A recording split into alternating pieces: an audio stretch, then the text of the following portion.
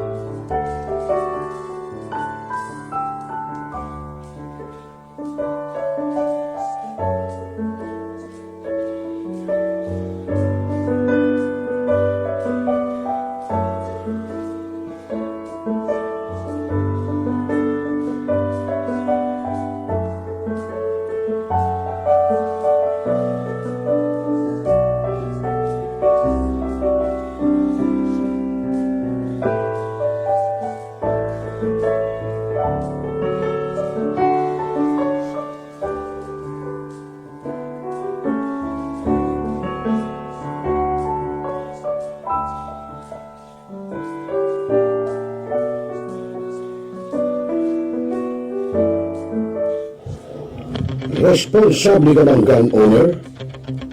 At mahaba ba ang iyong pasensya? At hindi ba initin ang iyong ulo? Alam mo rin ba ang batas hinggil sa pag-iingat ng baril o firearms? Kung hindi, A responsible gun owner. Are you a responsible gun owner? Are you a responsible gun owner? Are you a responsible gun owner? Are you a responsible gun owner? Are you a responsible gun owner? The PNP Civil Security Group would like to advise all firearms holders to renew their license to own and possess firearms and firearms registration within 6 months before its expiry date.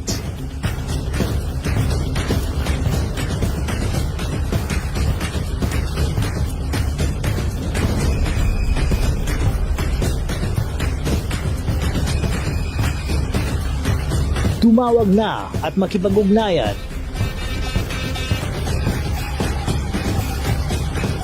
Be a responsible gun owner.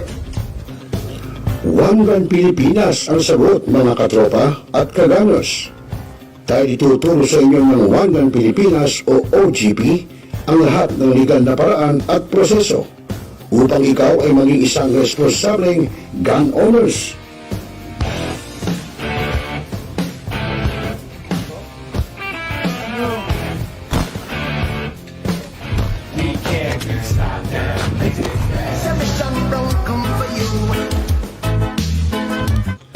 Ano pa hinihintay nyo, mga kagamers? Sali na sa One Gun Pilipinas ngayon na.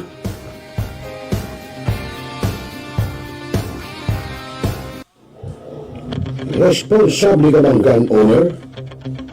At mahaba ba ang iyong pasensya? At hindi ba initin ang iyong ulo? Alam mo rin ba ang batas hinggil sa pag-iingat ng baril o firearms? Kung hindi, A responsible gun owner. Are you a responsible gun owner? Are you a responsible gun owner? Are you a responsible gun owner? Are you a responsible gun owner? Are you a responsible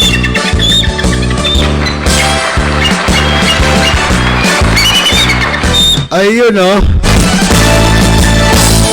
Okay mga kaibigan, oras sa hudyat, alas 8:38 po ng gabi, Philippine Standard Time. At ngayon po ay araw ng linggo, no? Ika-29 ng Oktubre, taong 2023. At syempre po, bukas na po, eleksyon na. Kaya tamang-tama po itong ating programang mga agila sa bagong milenyo. At syempre, ang ating mainstay, ang One Gun Pilipinas. Syempre po, ngayon ay kasama natin muli, no? Ang admin ng One Gun Pilipinas, walang iba kundi si Corixman. Corixman, good evening. So magandang gabi Sir Rosel Lopez, no. Magandang gabi po dun sa ating mga sumusubaybay po sa Millennial Online News TV Worldwide, no. Maraming salamat po. Kami po ay nabibigyan ng pagkakataon po dito ang One Gun Pilipinas po na maging bahagi po ng programa ng ating kasama nga Sir Rosel Lopez, no. So yung mga nanonood ng mga kasama natin sa One Gun Pilipinas, yan, pwede po kayo magtanong tonight. Live tayo. So you take advantage of this para po kung may mga queries pa po kayo, ma-address po natin, masagot po natin ngayong gabi po. Ayun. Ayun, so mga kaibigan, ang pag-uusapan po natin ngayong gabi ay election related, no? Ito yung mga tungkol sa gun ban, paano yung mga, basta mamaya, yung tungkol sa mga magdadala ng baril sa mga polling precinct o kahit na malayo pa doon sa area na yon, ano ba ang tamang proseso, ano ba ang dapat, at ano ang dapat gawin ng mga makakakita sa mga ganong may dala ng baril. Mamaya po yan, malalaman natin kay Corixman. Kasi ako po, totoo, sabihin natin tanga. Hindi ko alam ang tamang batas dyan, tamang proseso. Kahit ba sabihin natin merong LTAP, may lisensya, etc. Kung ano ba hindi dapat at dapat. Mamaya po yan, pag-uusapan natin. Pero bago yan mga kaibigan, magandang gabi sa inyo. At syempre ako pong giging yung kasama dito sa ating One Gun Pilipinas, yung ating guest. At syempre, Rosel Lopez. At syempre yun nga, si Corixman ang ating kasama. At bago yan, alamin muna natin po sa DOST Pag-asa ang lagay muna ng panahon. Baka mamaya meron na tayong bagyo, LPA, hindi natin alam, mamaya may dala kayong mga baril dyan, babasa, di ba? Kalawangin. So alamin muna natin sa DOST Pag-asa sa pagulat ng ating kasamang si Alzar D. Aurelio. Narito po. Magandang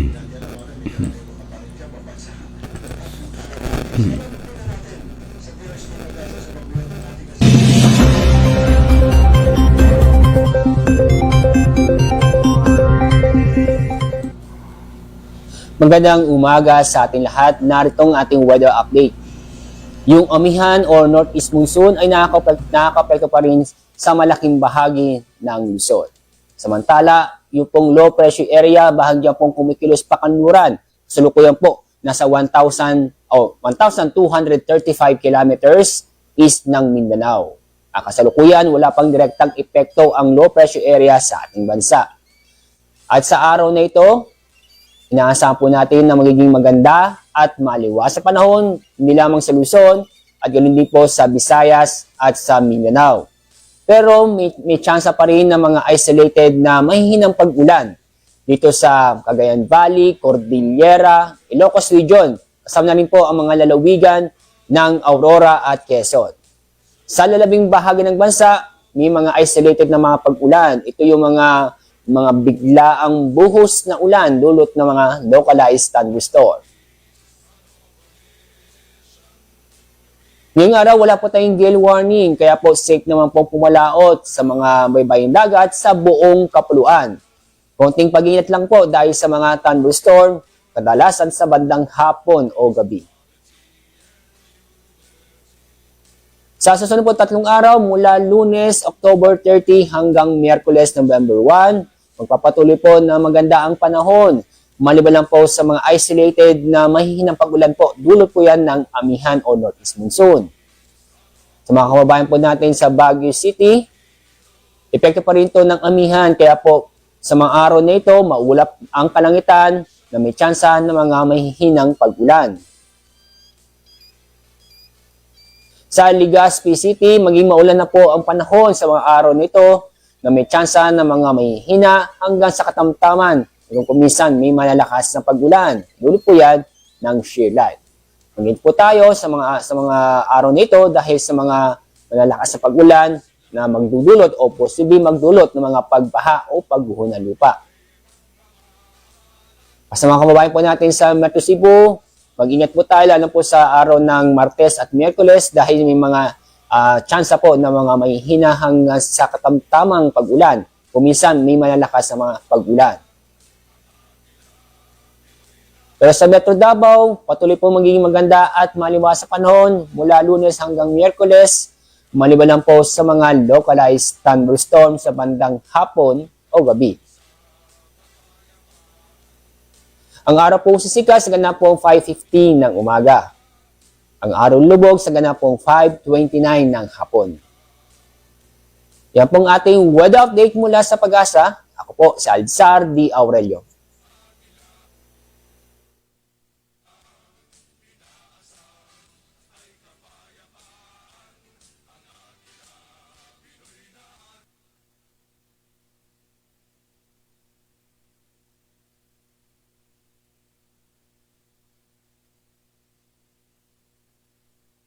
Now,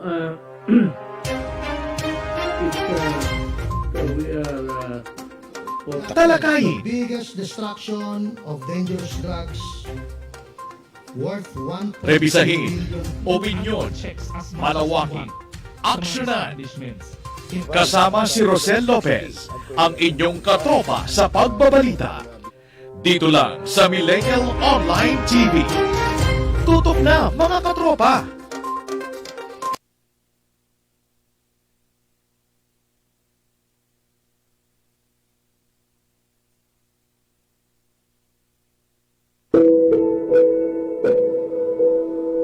Ikaw ba'y nag-iisa? Malulungkot? Dahil iniwan at ipinagpalit? Niloko? Nanging minamahal? Kung ngayon, i-type sa iyong mga cellphone, Facebook o YouTube man ang Millennial Online TV. Dahil nasa Millennial Online TV na ang online realista. Okay, maraming salamat sa iyo kasamang Alzar D. Aurelio. Okay mga kaibigan, nagatid sa atin sa oras na 15 minutos bago sumapit po ang ika-8 ng gabi, ika-9 ng gabi. Philippine Standard Time. Okay po, nagbabalik po kami ulit dito sa One Gun Pilipinas, no? Ating kasama si Corixman. At yun nga mga kaibigan, tulad na sinabi natin sa inyo kanina, pag-uusapan natin ay yung mga election-related cases, no? Ito yung mga gun ban, yung mga nangyayaring karahasan, no? Tatanungin natin siyempre ang eksperto si Corixman. Ang alam ko lang kasi yung baril na pellet gun. Ang alam ko lang hindi tubig. Pero yung totoo na talagang nakamamatay, nakakasakit ng tao, pasasagutin natin yan kay Corixman. Okay lang ba yun, Corixman? Yeah. Okay. So, yung mga kaibigan at una nating tanong, ngayon ay mag-e-eleksyon, di ba, Corixman? Yes.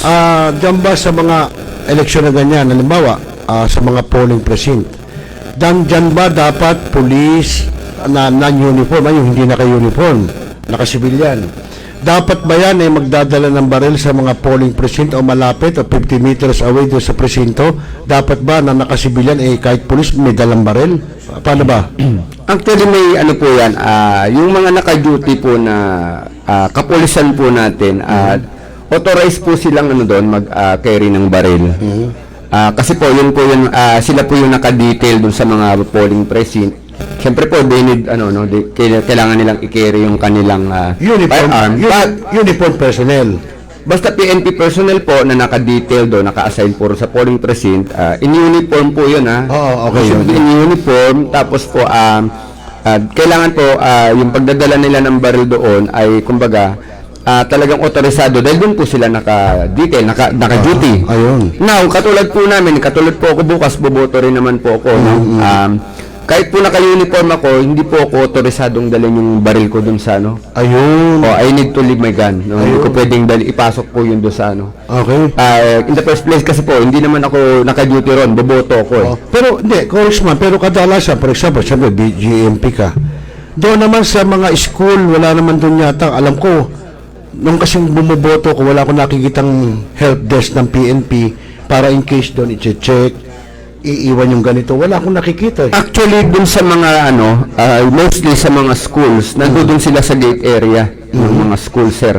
Pero dun sa kasi may restriction din sila doon sa polling precinct mismo. Oo.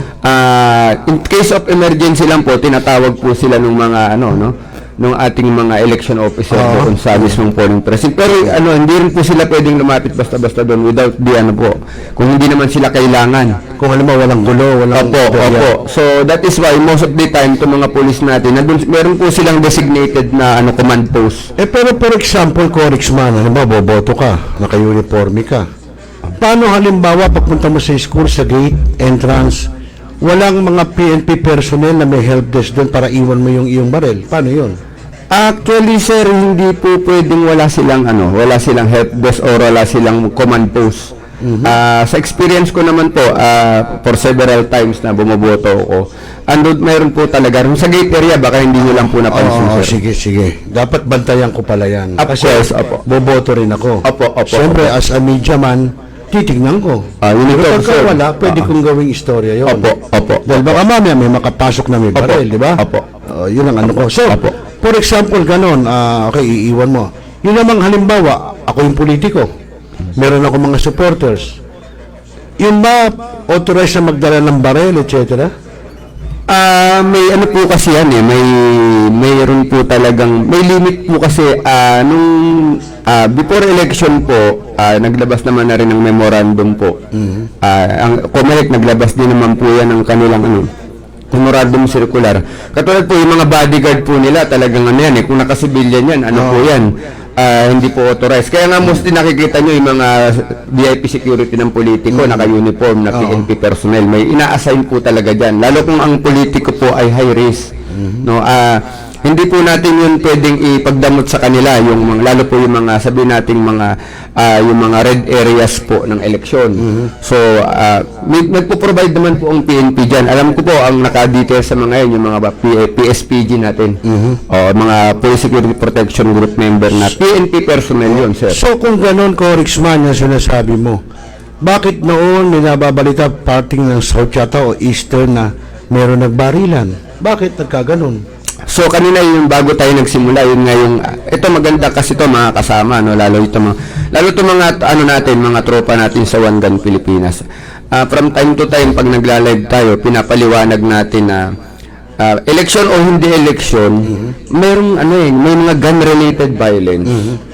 So ibig sabihin, what do we mean, yung baril po kasi talaga, yung paggamit kasi ng baril, talagang ano po yan hindi mapipigilan.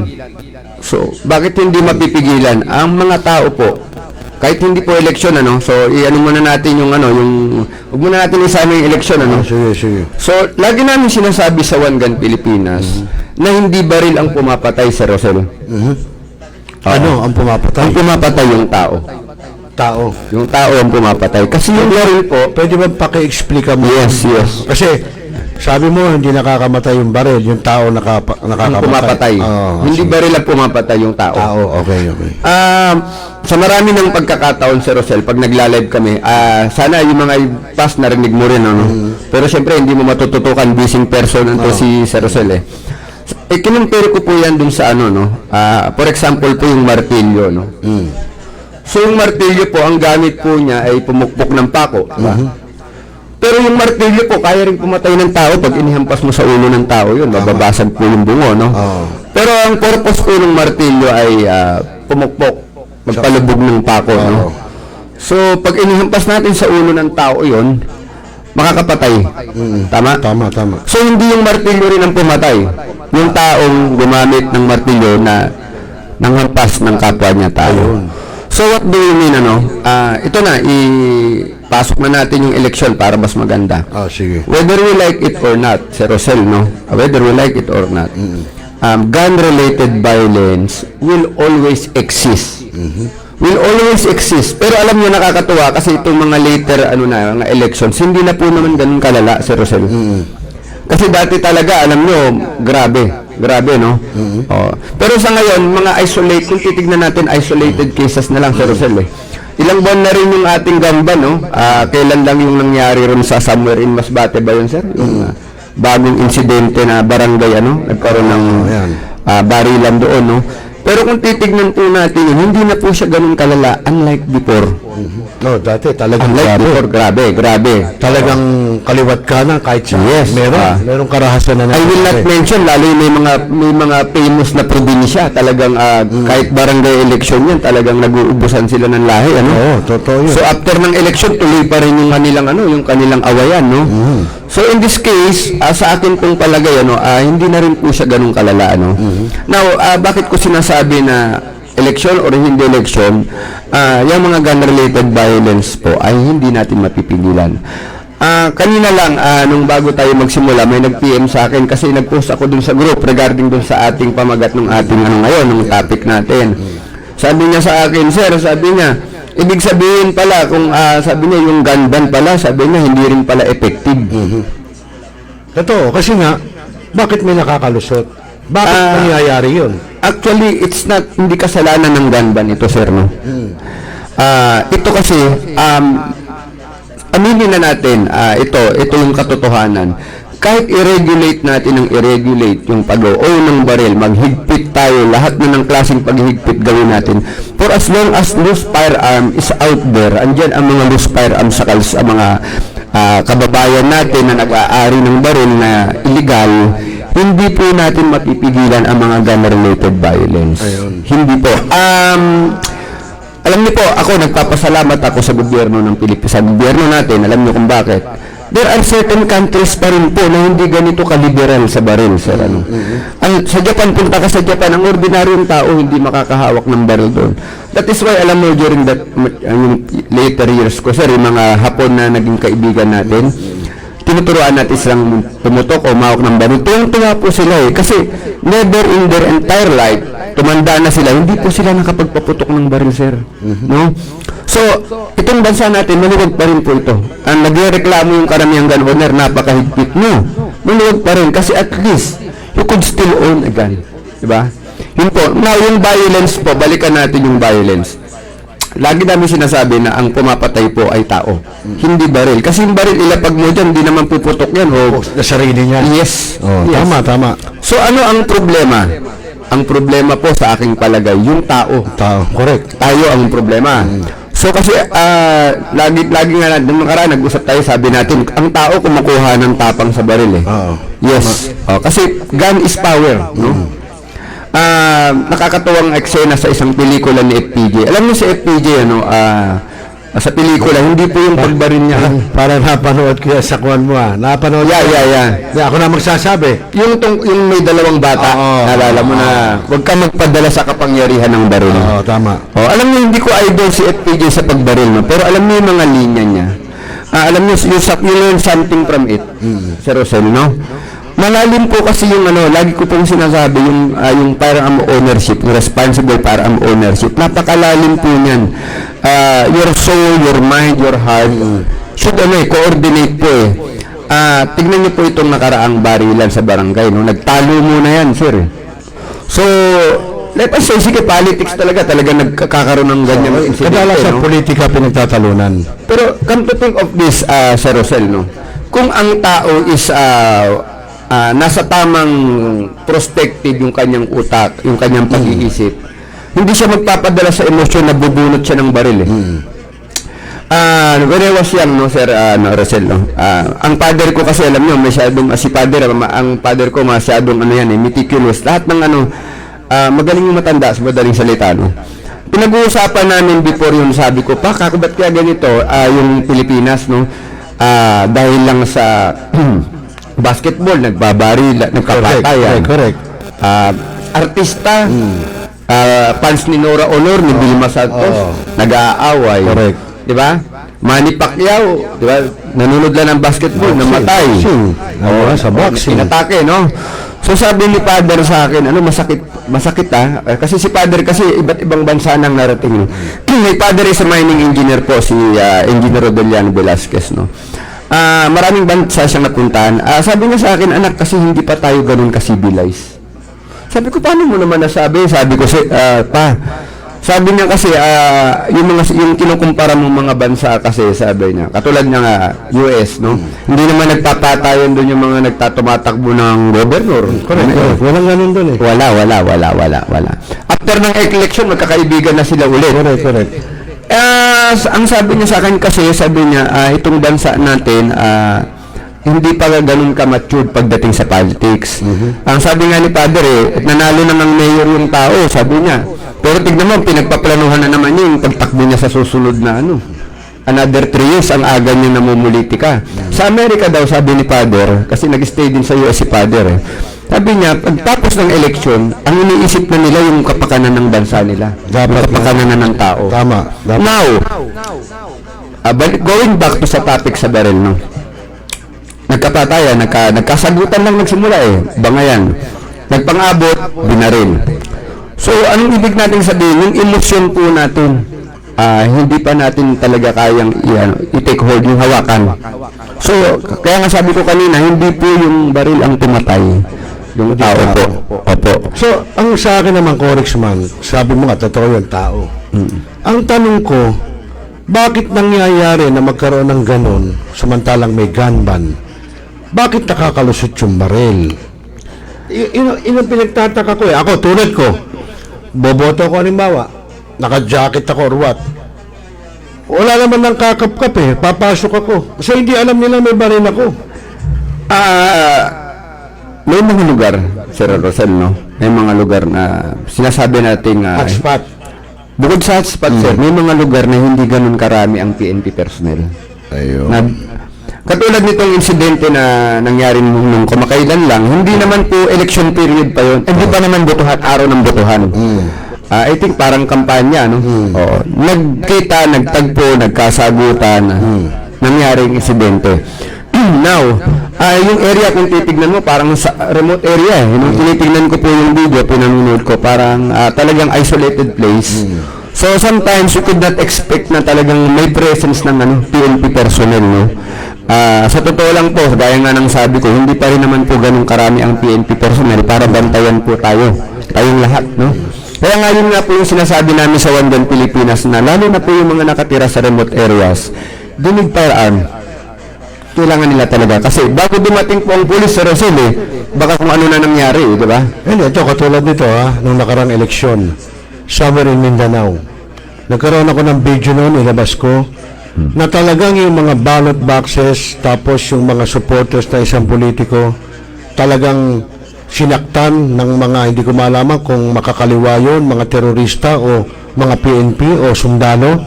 Kinuha ang mga ballot boxes, walang nagawa yung mga tao. So, sa akin, hindi kayang gawin ng gobyerno na sawatain yung ganun. So, katulad po ng sabi ko kanina, talaga may mga remote areas, no? Alam nyo, ito nga po yun, kung may mga ganyang insidente, no, mga kababayan, maganda po ma-document nyo, pero wag na, sabi ko, wag kayo nagpalat na nagbibideo kayo kasi, nako, baka barilin po kayo naman po ang kanilang you find way, maghanap po kayo ng paraan na ma-document nyo yung mga pangyayari. Para pag dumating po yung mga kapulisan natin, yung mga mag-iimbestiga, at least we could have a lead, no? Reference ka. Opo, kumbaga, madali pong matetrace kung sino man itong mga tao na ito, no? Pag nag-imbestiga na yung kapulisan natin. Pero alam mo, kadalasan nangyayari karasan, Corexman, talagang garapalan, harapan, na para sa akin walang nagagawa ang gobyerno, ang PNP partikular, at sundalo, parting Mindanao. Yun na nga po, ito po, katulad kanina, no, yung ating member sa Mindanao, pinakita ko sa iyo, nag-aabang yung ating mga kapatid na Muslim sa ating live, no? Minsan, Sir Rosel, nakakaawa. Kasi minsan, nag-o-open na sila sa akin ng stories, no, regarding, ayaw nila ng violence talaga, Sir Rosel. But there are group of people, no, ayoko pong magsalita ito lang po ay accounts lang naman ng mga kapatid nating Muslim na, kumbaga ito yung mga kapatid nating Muslim na gusto na kapayapaan, Oo.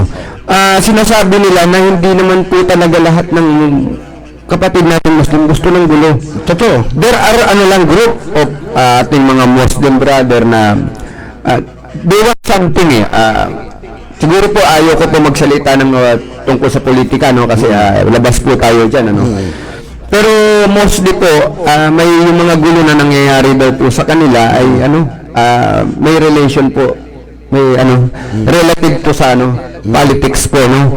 So kaya ang hirap po. Kaya nga kami sa One Magdan Pilipinas, yung mga kapatid nating Muslim, sir, marami na tayong kapatid na Muslim ngayon na nag-ELTAP. So yun ang po ang gusto namin ngayon sabihin sa mga kababayan natin. Kasi before, ilan lang tayo mga kapatid nating Muslim ang nag-ELTAP. So when we started One Magdan Pilipinas, ayan, nagsisimula na po silang mag-apply ng ELTAP, itong mga iba natin. Lalo sa Cotabato po, marami tayong member dyan na nag-ELTAP na po, mga kapatid nating Muslim. Now, ito nga po ang namin, mahirap po kasing, ang Mindanao po kasi talaga, kaya parang ang hirap kontrolin, talagang marami pong loose firearm dyan. May kaibigan nga po kung Marin, sabi niya, kung didisarmahan mo daw yung mga Muslim doon, baka mga kulang daw yung 10 6x daw po, 6x6 na military truck para i-collecta lahat ng baril doon sa Mindanao. Yun nga ibig ko sabihin. Oo. Pero,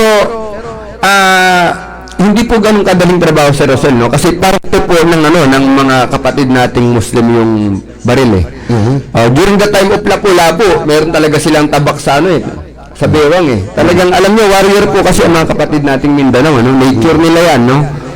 So kung we cannot remove the gun na sa kanilang possession, why not convince them na pumunta po from owning an illegal firearm, we convince them na mag-ELTAP sila para maging maging legal na yung mga baril na pag-aari nila.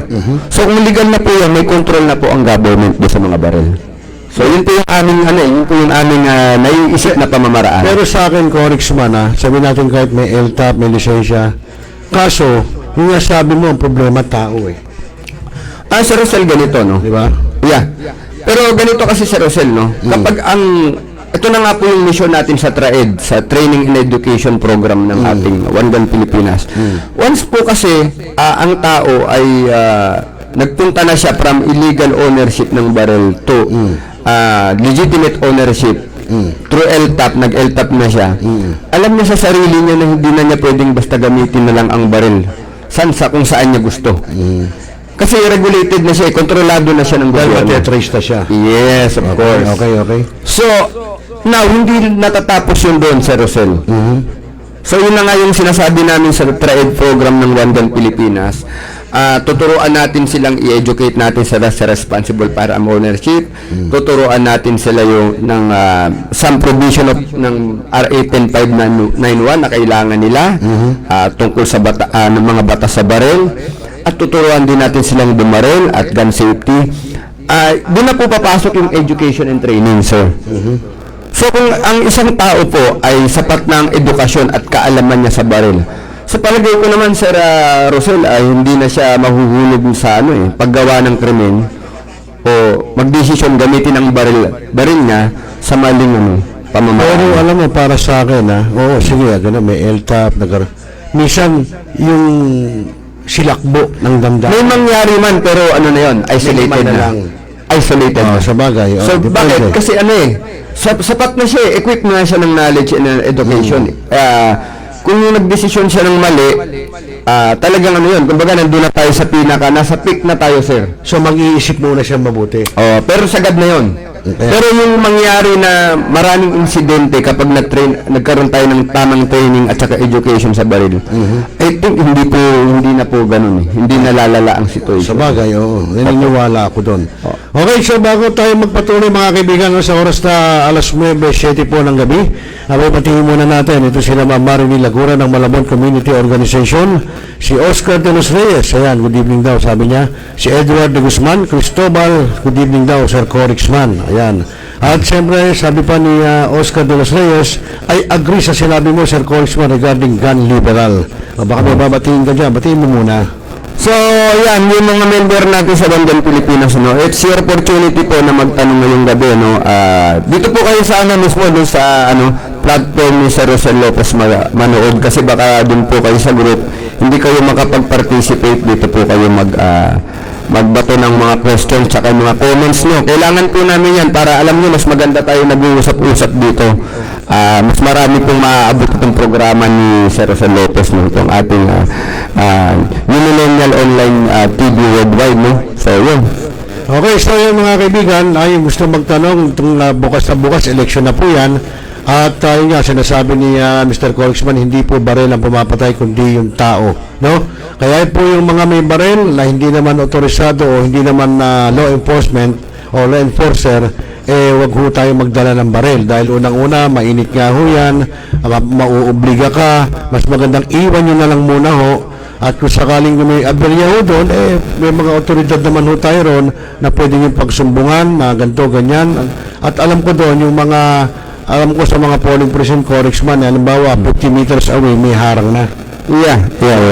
So kahit paano doon pa lang malilimitan na, no, at malalaman na ng ating kapulisan, no, lalo ng kanilang mga non-uniform doon sa labas na mga intelligence nila, makikita sa kilos ng mga papasok na tao. Pero sana ay wala hong makalusot na magdadala ng baril, etc. kung ano pa man.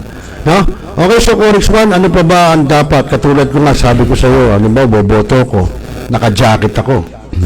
Hindi nakita ng PNP, dahil hindi naman ako kakapkapan boboto lang ako Paano kung nakalusot yung baril ko at pagdating doon, may nakita kong ganyan, nagkagulo nga, syempre. So ganito po yan, just in case lang po, sabi ko nga ulit kanina, kapag may napansin na po kayong alam niyo po, nung pagdating po sa polling precinct, huwag po kayong umasa sa mga watcher lang, Oo.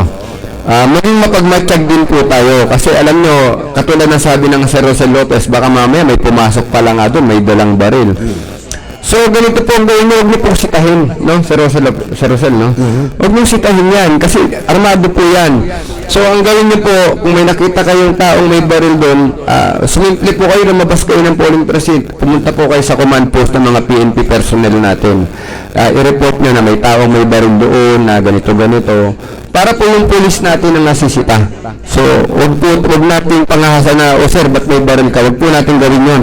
Lumapit po kaagad tayo rin sa ating mga kapulisan. Just in case may nakita tayong kakaiba, Sir Rosel, sabi ko nga po, yung watcher, hindi po yung watcher lang ang nagbabantay sa polling precinct. Maski po tayo, bantayan natin ang bawat isa. Kasi marami pong pwedeng mangyari, So kapag ka nakita natin, ituro natin sa otoridad. Opo, pero huwag natin unang-una po, sabi ko sa inyo, huwag yung sitayin na, sir, ba't may baril ka, bawal yan. Ako po, huwag niyo pong gawin, simplihan po nyo, kunyari, wala kayong nakita, tumakbo na po kayo sa command post ng ating PNP. Mostly po, nasa mga entrance po ng gate ng school sila naka-command post, no? May mga tent usually ang mga yan. Lapitan niyo po sila, sir, meron po kami nakita doon, ay parang may baril po, ganito. Ay, ganun po ang action, no? Huwag po natin silang sitayin, ano? Ayun, mga kaibigan, kung sakali man, halimbawa ako sa mga polling precinct sa Great School, wala kayong makitang help desk ng PNP, at nando sa labas, pwede nyo puntahan, doon nyo po isumbong, doon nyo po sabihin na meron kayong namataan, na meron po nakabukol, na animoy baril, pero siguruhin nyo muna.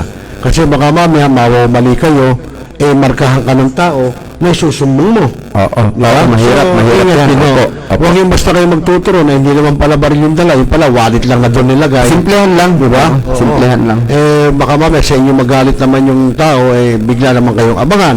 No? Kaya ingat din po. Basta yung sinasabi ni Corexman, simple lang.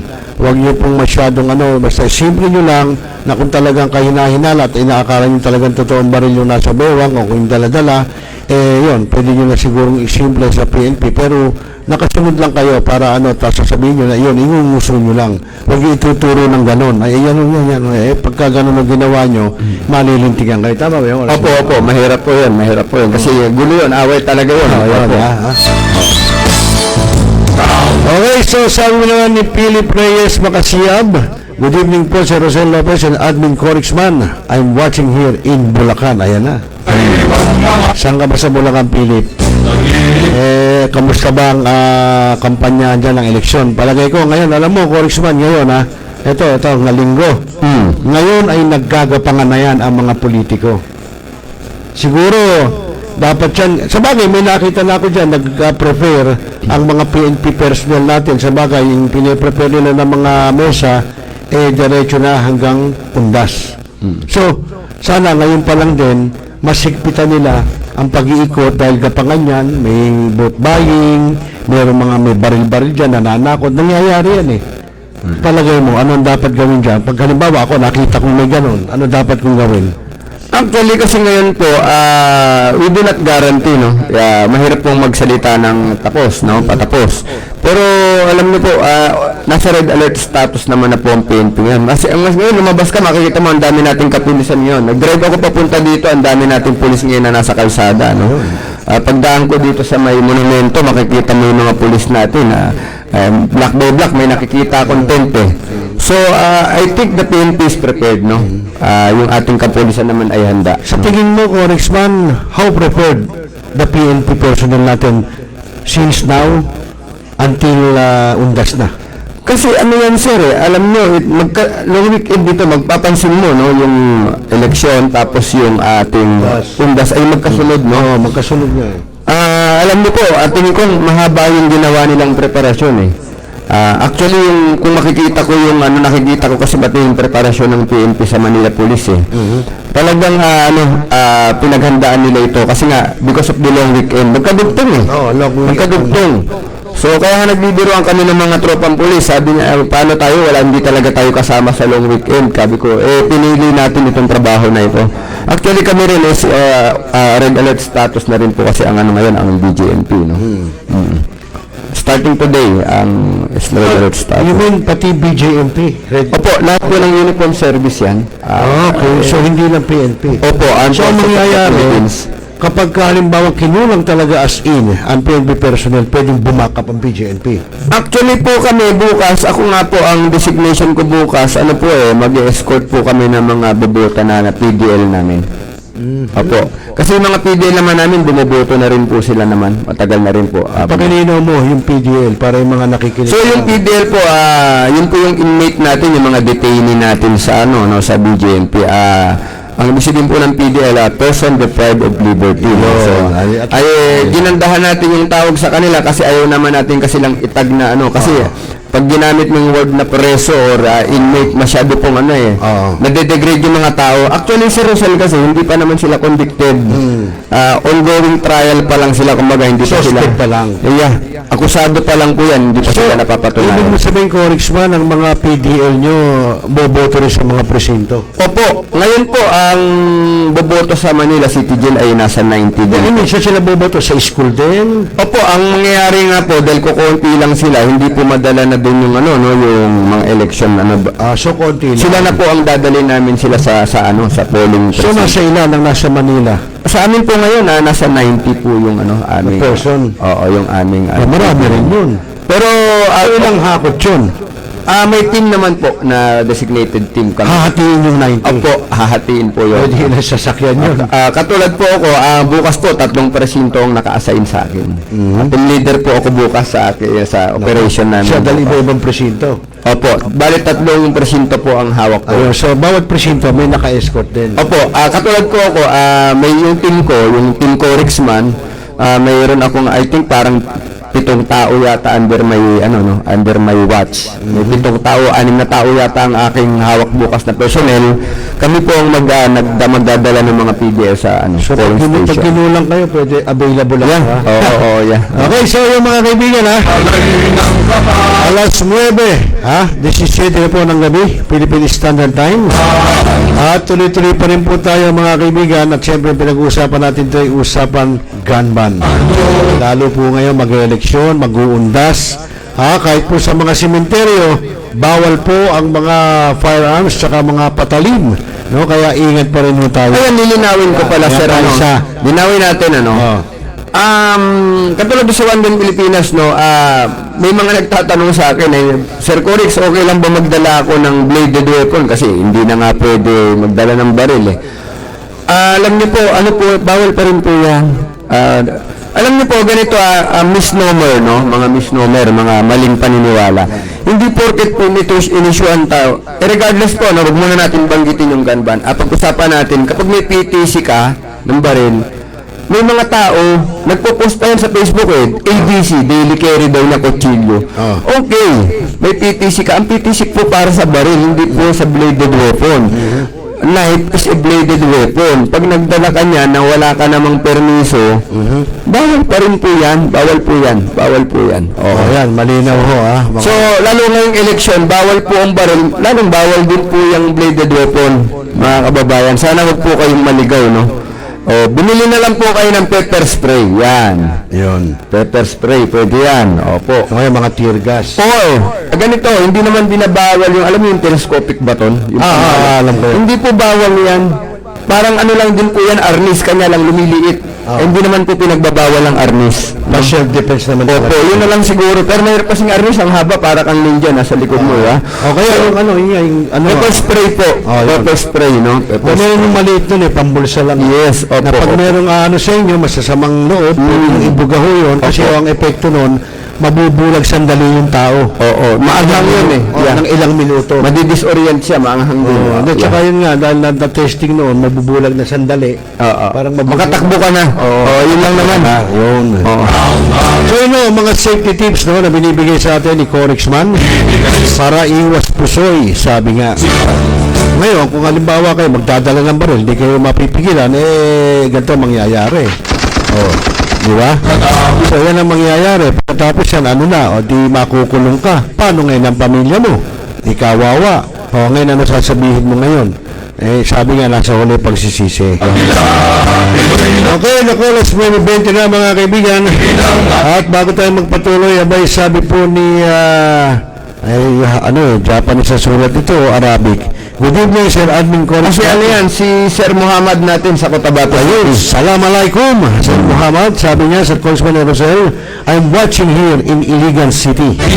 Ayun, sa Iligan pala ito si Brother Muhammad.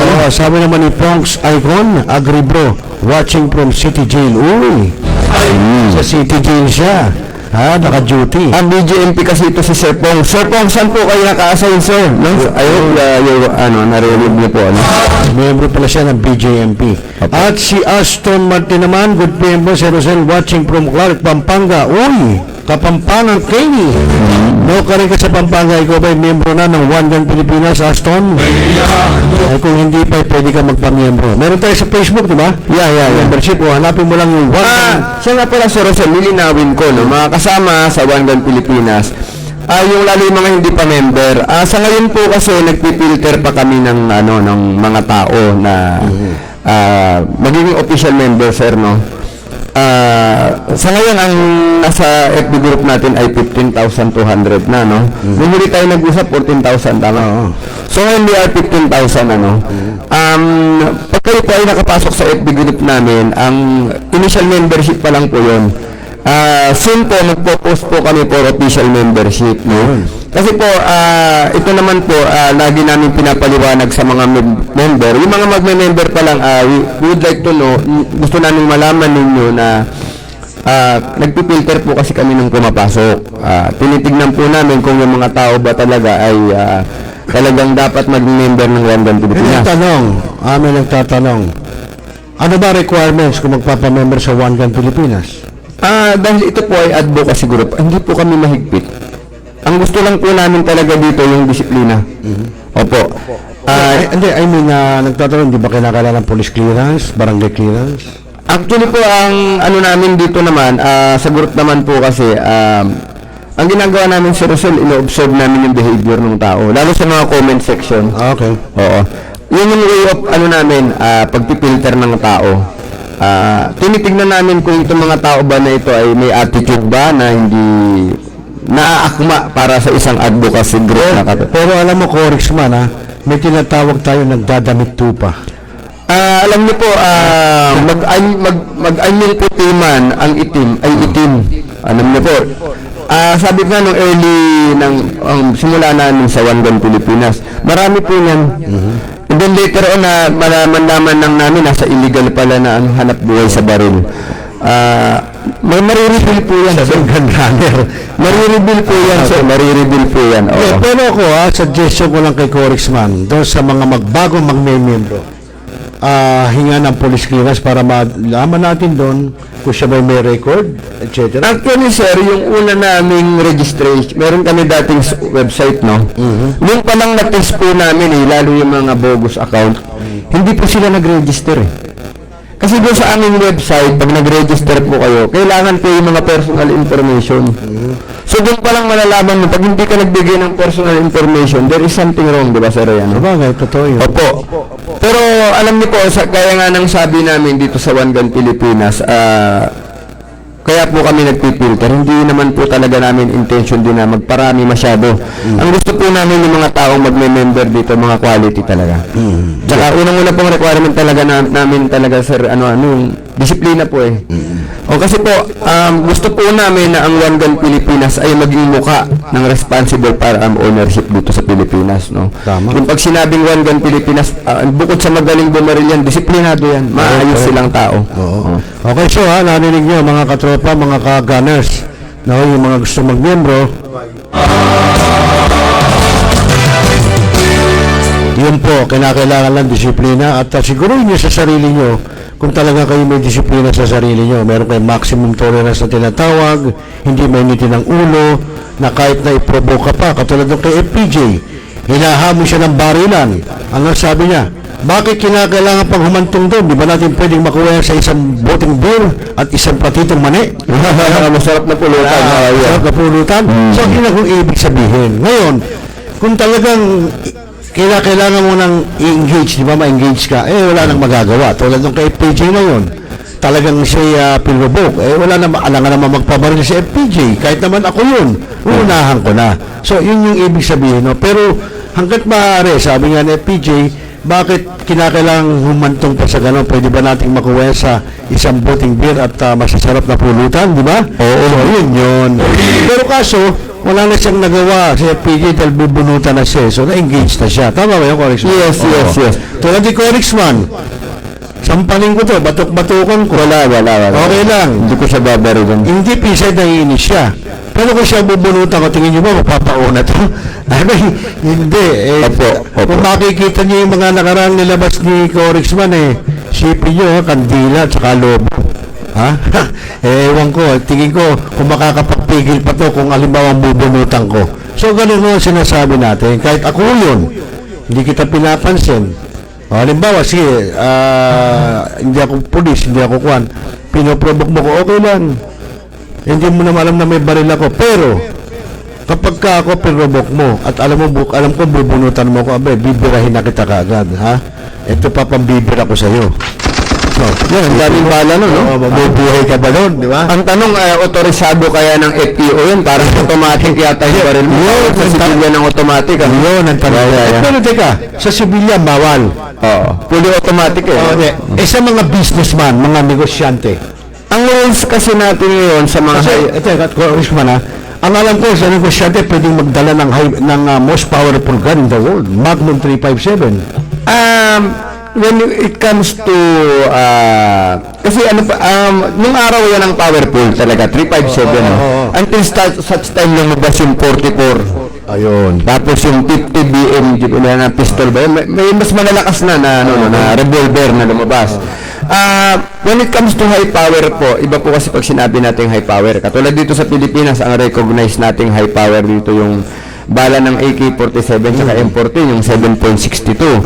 Yung Armalite naman yung 556 millimeter. Ano po yan? Yung bala ng mga ating M16 saka M4 rifles. Ang tawag po sa kanila HPR. High power rifle or high power arms, mga baril na malalakas, no? Yun po, dahil nung panahon ni Presidente Duterte nagkaroon ng yung Marawi siege, naglabas po ng executive order ang Presidente Duterte na wala munang sales ng mga rifles, high power rifles sa mga civilians. So until now po hindi pa naman nalilip yun. So yun yung madalas nga namin alam niyo marami tayong member sa One Gun Pilipinas na tanong ng tanong sa atin bakit hindi pa rin daw nililip ni Presidente BBM yung executive order ni Duterte, ni former President Duterte. Pwede nang magdala siya. Pwede nang bumili. Actually bumili, no? Kasi nga binawal during the time of Marawi siege, no? So, ang sabi ko sa kanila, wisdom po yan ng presidente. So, we cannot parang yung sabihin natin susugan yung gobyerno na sabihin na sige na magbenta na kayo, wala nang Marawi siege, no?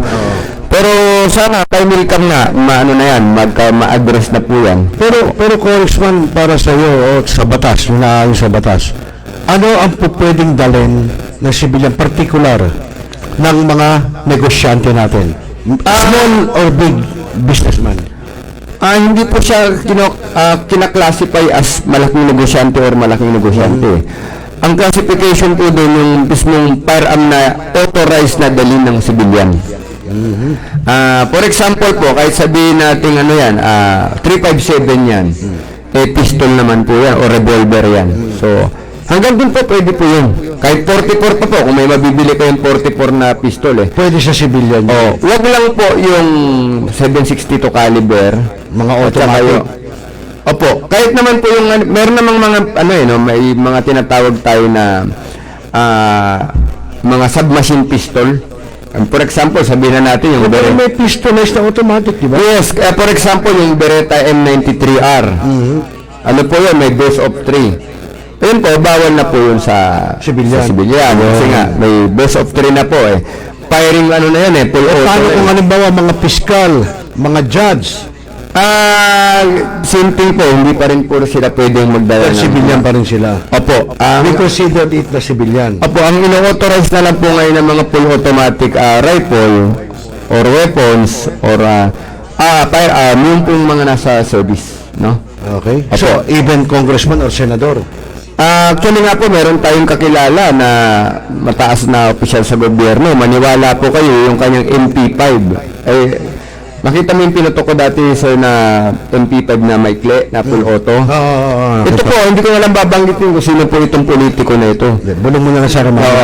Ang ginawa niya rin sa MP5 niya na full auto, inalis niya yung full auto mo Kasi alam niyang bawal So, wala naman po sinabi na porket senador ka, exempted ka dun sa... What do you mean tinanggal niya? Kumuha siya nagpapunta siya ng gunsmith sa bahay niya, ang baril niya na may full auto mode na MP5K, ginawa na lang semi-auto.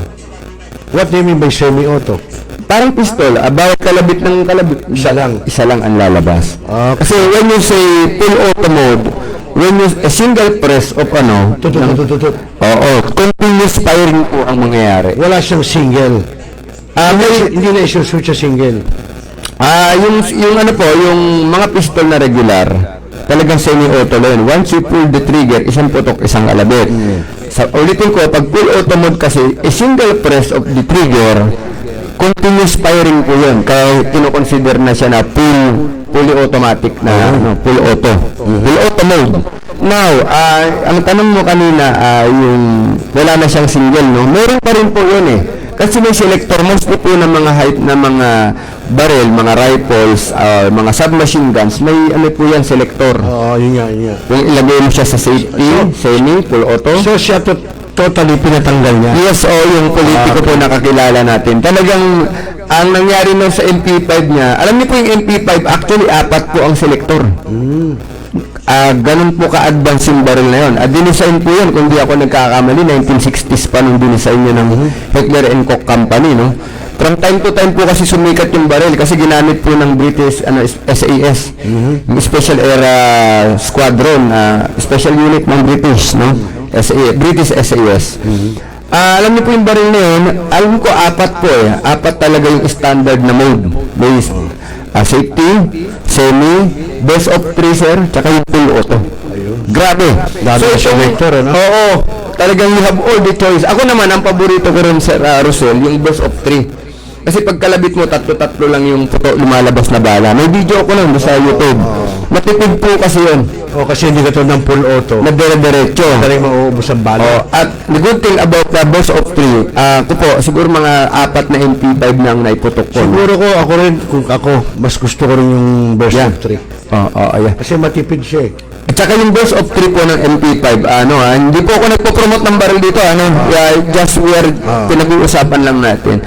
Ano po yun? Yung 3 bala po na yun, pag ipinutok mo talagang right on target, sir. Nakakatuwa po. Talagang hindi lalabas sa target ang bala. Pero alam mo, ako, Corexman, gusto ko yung nakikita kong baril sa mga pelikula.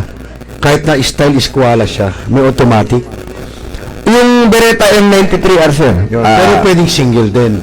Ano po siya eh, burst of 3 and semi-auto. Yun. Beretta rin po yun, maganda po yun. Sa mga pelikula, yun yung makikita yung baril na isberhel na may hawakan sa ulo. Yun nga. Yun po yun. Ganon. Tapos kahoy yung grip niya, pero Beretta yun. Pero wala ba na sa 45?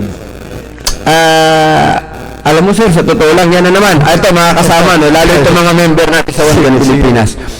Laging nga yan, may comparison kasi palagi yan, ay naman 45 bang bibilihin Hindi kasi, sabi nila, sa 9mm, kapag full metal lang ang bala mo, compared to 45 na full metal, mas malakas ang 45. Yun ang sabi, ha? Dahil sa 45, kahit sa hita ka lang barilin, baliktad ka. Ang 9mm, pag ang binaril mo sa hita lang at malaking tao, hindi naman iindahin. The same is true, no, Sir Rosel Lopez. No? Totoo po yan na kapag 45 talaga, very powerful po eh. Kaya nga. Ang 45 ay 1,500 foot per pound ang isang bala. Ganun po kalakas. Kaya nga eh. Imagine niyo po yung power ng caliber 45. But ako po, ganyan din yung paniniwala ko nung bata pa po ako sa baril. When you say bata pa sa baril, ano po yun? Hindi po yung edad ko ang pinag-uusapan natin. Ibig sabihin po bata sa baril, yung knowledge sa baril. Ganyan po ako noon. Yan din yung paniniwala ko, sir. Iba talaga 45. Yes, iba talaga ang 45, no? But, mga kababayan, to explain further, no? Ipaliwanag natin sa inyo kung bakit binabali ko po yung salita na iba talaga ang 45. Ganito po yan, mga kababayan. Lagi namin tinuturo yung sa One Gun Pilipinas, yung shot placement, Sir Rosel, no? So, sa terminong layman, sa terminong mas madaling maintindihan. Yung shot placement po, ito po yung kakayahan ng shooter na kung saan papuntahin yung bala, kung saan niya gusto papuntahin. Yung patama, sa madaling salita, patama, no? Now, ganito po, no? Shot placement, we're talking of caliber 45 na powerful, no? Now, ganito po yan. Okay, naka 45 ka. Mahina ka naman sa patama o sa shot placement. Hindi, barilin mo sa balikat, igtad yung tao, barilin mo sa paa, tumbay. Kung kaya mong barilin sa paa, kung kaya mong barilin sa balikat, powerful yung baril, sir. So, di ba? Kasi malakas nga yung baril eh. Sumisikat yun eh. Now, ito na ang ano, assuming Sir Rosel Lopez, ikaw ay naka 45. Ako ay naka 9mm. Pero sabi ko, pag binunutan kita, padadaanin ko yung bala dyan sa kaliwang mata mo. Ikaw naka 45 ka, hindi ka naman kasi kasing proficient ko. Hindi ka magaling sa shot placement. Tatamaan mo ba ako? Hindi. Lalo 45 ang hawak mo. Siyempre. Pero halimbawa naman, hindi mo alam, gano'n din akong kagaling. 45 ang hawak ko. No. Ang explanation ay we are talking of ano, sir, yung regular na tao. Okay. Oo. Siyempre, hindi kita tatamaan dahil ang lakas yun, sumisikat. So what do you mean? Kasi you need more training, no? You need more training para sa shot placement. Lagi ko nga pong pinapaliwanag, yung caliber is just a bonus. Bonus lang po yan. Ibig sabihin po, kung magaling kang bumaril, tapos naka-caliber 45 ka, well and good. Okay yun, the best yun. 50 plus 50 na yun eh. Pero parang tingin ko, Corexman, bago magkagano'n, matagal eh. Hindi naman, sir. Ito, hindi naman din sa pagyayabang, no? Marami ako nung nakaraan lang, si Sir, shout out pala kay Sir Angel Castano ng One Gun Pilipinas, Bulacan, ano? Si Sir Angel, nung tinuruan natin, alam niyo, very honest yung tao, no? Kaibigan siya ng Sir Oscar de los Reyes. Tumawag sa atin na gusto daw po magpaturong bumaril. Nung mamit ko ang Sir, doon ko na lang nalaman, nung nag-vlog na 69 years old na siya, first time niyang nagpaputok ng baril, sir. Hindi talaga siya mahilig sa baril, sir, eh. Actually nga, sabi ko, bumili siya ng baril sa Rosel, no? Bumili siya ng PCC, yung Evo, na 9mm na... Alam niyo po ngayon, uso, dahil hindi ka makabili ng high power, bibili ka ng 9mm na lang na pistol caliber carbine. Nakakita na ako nun. Alam mo ba na bumili siya ng Evo na 100 plus thousand, pero wala siyang pistol? Sabi ko, sir, dapat bumili ka muna ng pistol kasi hindi mo naman makarry ito. Hindi nga namin madala sa firing range dahil gun ban, tsaka wala siyang permit to carry. Yun nga. So sabi ko, sir, dapat pistol muna. At sabi ko sa kanya, ilang taon na po ba kayo? 69 years old. First time niyang humawak ng baril, no? Pero sa awa ng Panginoon Diyos, Sir Rosel, no? Kasi with our guidance, talagang tinutukan natin yung turo, eh. Hindi po umabot na 50 bala po, natutong bumaril sa atin si Sir Angel. Tumatama na. Opo. So, ito, puputunin kita, Corexman. Tingin mo lang, kanina pinag-uusapan natin ng 45, 9mm. So, parang sinasabi mo na ang 9mm madaling paamuin, madali ka matututo agad, parang ganon. No, hindi. It's not like that, kasi ganito rin yan, eh. Katulad sa Glock, no? Ito, balikan natin yung Glock pistol. Actually ngayon, kaya medyo po nakikilala si Corexman because of the Glock. Kasi marami po nakikita ko yung Glock mo, eh. Maraming tao po na magaling bumaril kaysa sa akin. Gihamak po. Marami po. Who is Corexman pagdating sa baril? Nakikilala lang naman po tayo ngayon pa lang naman, ano? Pero ibig sabihin, pagdating po sa Glock kasi talagang, alam niyo po ang Glock talaga, hindi po siya ganun kadaling iputok. Aaralin po ninyo ang Glock. Even sabi ko nga sa inyo, yung kwento namin ni Sir Monsur de Rosario, di ba? Akala niya nung una, nagalaw daw yung rear sight ng kanyang Glock dahil shooting siya, left, kaliwaan pumupunta ang bala. Pero nung na-address natin yung kanyang issue, na-perfect na yung putok ng Glock niya. So, yun na nga po, katulad po ng ang Glock po, sabi ko nga po, hindi ganun ka-smooth ang trigger. Ito yung baril ni Monsur, Glock Glock 17 Gen 5, katulad ng baril ko. Actually, alam nyo, ang ginawa ko pa nga para makonvince si Sir Monsur na ang baril niya ay nakasiro at hindi nagalaw ang sight. Ang ginawa ko, habang nagsasalita ako, bigla akong binaril yung ulo ng Bob. Nagulat si Sir Monsur. Sabi ko, sir, kakutsamba, biniro ko. Isa pa nga, ako pinutukan ko ulit, tumama po ulit sa ulo yung bala. Sabi niya, binibiro mo naman ako, sir. Sabi ko, sir, nakasiro po ang baril. Ako. Ang hindi po nakasiro yung may-ari ko. So, ayun, tinignan ko po yun. Matatawa si Monsur sa atin. Opo. Matawa sa nasabi niya. Ayun na nga po, alam niyo ba na after niyang iputok yung Glock niya, pinaputok ko sa kanya yung Glock 34 ko, na Gen 5. Yun po yung baril ni John Wick. Alam niyo naman, nanonood tayo ng John Wick, Champion yun, eh. John Wick, Glock 34 yung baril. Pinaputok ko rin kay Monsur kung saan tumatama yung bala ng 17 niya. Doon tumatama yung baril ko na Glock 34, na baril ko, hindi niya baril. So, ibig sabihin ng yan, Ginamit niya yun. sinadya ko, sir, kako, tignan mo, tinatama mo na yung Glock mo ngayon, ano? Subukan mo tong baril ko, tatama rin yan. Kung saan tumama yung mga bala ng Glock 17, doon din tumama yung Glock 34 ko. Ayun. So, kanina, ang tanong mo, medyo lumayo yung usapan natin, ano? Ang tanong mo kanina, di hamak na madaling iputok ang 9mm sa 45. Ano po yan? Hindi rin po ganun. Bakit? Depende po sa baril. At depende rin sa shooter pa na naman. So, ganito po yan, ano? Patay tayo dyan. Pero, in a sense po, no, kumbaga, tumalo na tayo agad sa, sa mas madaling maintindihan. Ang madalas pong kinakatakutan kasi ng nag-aaral bumaril, yung recoil ng baril. Kasi, ang malakas po talaga ang recoil ng 45. Malakas po. Kasi mas maraming pulbura po. Mas malaki po yung punglo, yung head. Pero alam niyo po, sa baril po kasi, ito po, hindi naman sa pagyayabang, ako po, I don't care kung 45 yan or 9mm yan. Basta po nakuha niyo yung, nakuha niyo po yung shooting fundamentals. Hindi niyo po papansinin ang recoil. Hindi niyo po papansinin yan. Ako po, sa totoo lang, mas gusto ko nga po yung 45 pag puputok ako. Kasi nararamdaman ko po yung power, bruskong brusko eh. Alam niyo, yung tunog po, gusto ko yung tunog ng 45. Yung minsan nga po, nababash ako, ba't di ako naglalagay ng, ng ear protection. Ang purpose po kasi, ba't hindi ako naglalagay ng ear protection? Kasi po, serviceman ako. Pag hindi po ako nasanay sa putok, nagkaroon ng putukan sa labas, baka po tumakbo ko sa saya ng nanay ko. Baka mataranta ka.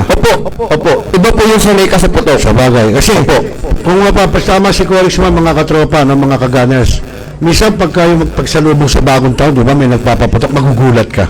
Di ba? Opo. Kung na sinasabi yung ni Congressman, kung siya o ako, kung sino man, sanay ka sa putok, hindi na para mataranta ka. Opo. Di ba? Opo. Kasi alam niyo po sa mga, lalo sa mga kaibigan nating sibilyan, lalo yung mga nang babas sa akin na walang ear protection. Pero minsan nagsusuot na lang ako para wala nang wala nang ibas. Pero ganito po kasi yan, tandaan niyo po kami mga law enforcer, kapag po kami nagulat o nataranta o nawala sa tamang decision making, at kayo po ay nalagay sa panganib, hindi po namin kayo kayang isalba. Kasi nga po, nataranta na rin kami. Mataranta po ang sibilyan, okay lang. Kasi po, pero hindi po kami pwedeng mataranta o magulat kasi buhay po ng tao ang nakataya.